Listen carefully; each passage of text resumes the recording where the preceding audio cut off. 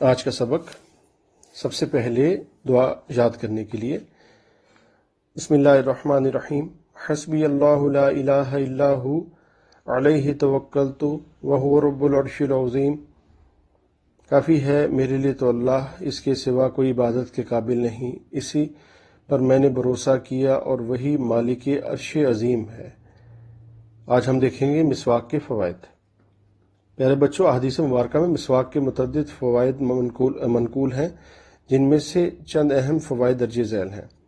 رسول اللہ صلی اللہ علیہ وآلہ وسلم کی محبوب سنت ہے، منہ کو صاف کرتی ہے، اللہ کی رضا کا سبب ہے، شیطان کو غصہ دلاتی ہے، مسواک کرنے والے کو اللہ تعالیٰ محبوب رکھتے ہیں، فرشتے محبوب رکھتے ہیں، مسوڑوں کو قوت دیتی ہے، بلغم کو ختم کرتی ہے، منہ میں خوشبو پیدا کرتی ہے، مرنے کے وقت کلمہ نصیب ہوتا ہے۔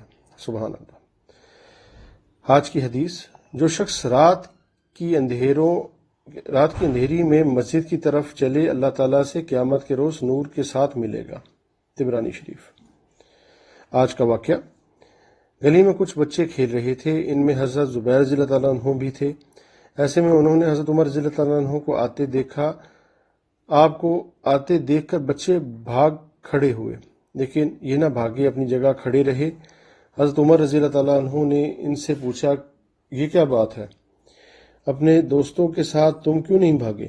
حضرت زبیر رضی اللہ تعالیٰ عنہ نے جواب دیا، اے امیر المومنین، میں نے کوئی جرم نہیں کیا تھا کہ بھاگتا، رستے بھی تنگ نہیں ہیں کہ گزر نہیں سکتے۔ ان کا یہ جواب سن کر حضرت عمر رضی اللہ تعالیٰ عنہ بہت خوش ہوئے۔ آج کی تعلیم، دعاؤں کی عادت بنائیے۔ اللہ تعالیٰ کو بندوں کا دعا کرنا بہت پسند ہے۔ دنیا میں کسی شخص سے بار بار کچھ نہ کچھ مانگا جاتا رہے تو وہ کتنا بڑا سخی ہو، بالآخر اکتا ہی جاتا ہے اور ناراض ہو جاتا ہے۔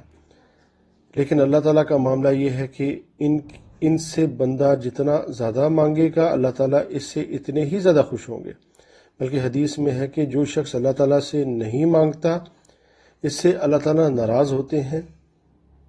پھر یہی نہیں کہ دعا اپنے مقاصد کے حصول کا ذریعہ ہے، بلکہ وہ ایک مستقل عبادت ہے۔ یعنی دعا خواہ اپنے ذاتی اور دنیوی مقصد کے لیے مانگی جائے، وہ بھی عبادت شمار ہوتی ہے اور اس پر ثواب ملتا ہے، اور جتنی زیادہ دعا مانگی جائے، اتنا ہی اللہ تعالیٰ کے ساتھ تعلق میں اضافہ ہوتا ہے۔ یہ ضروری نہیں ہے کہ صرف تنگی اور مشکلات کے وقت ہی دعا مانگی جائے، بلکہ خوشحالی اور مسرتوں کے وقت میں بھی دعائیں مانگتے رہنا چاہیے۔